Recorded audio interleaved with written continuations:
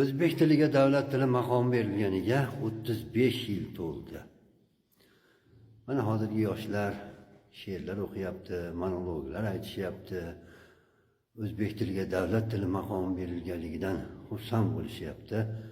Bu osonlikcha qo'lga kiritilmagan. 1989-yilda juda katta kurash bo'lgan. Shu ovozlar to'plaganmiz, gazetalarda maqolalar chiqarganmiz. Juda qattiq qiyinchilik bilan shu narsaga erishdik. Buni hozir ko'pchilik bilishmaydi. O'sha davrdagi haqiqiy til uchun kurashgan qahramonlarning nomlarini ham ko'pchilik bilmaydi. Xudoga shukrki, shu jarayonda o'zbek tilini davlat tili maqomi berilishda men ham ishtirok etdim. Ozmi ko'pmi hissa qo'shdim.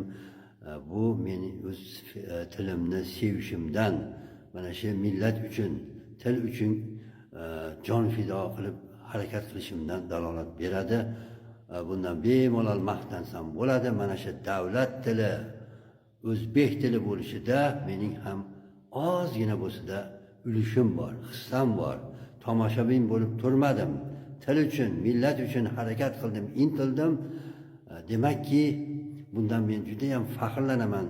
Bolalarga ham, shu nevaralarimizga shu haqda ko'p gapirib beramiz. Endi bu kurash degani qo'lga qurol olib kurash emas.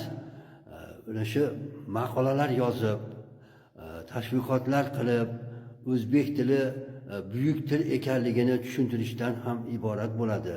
Demakki, tilni seving, buni ravnaqi uchun kurashing, harakat qiling.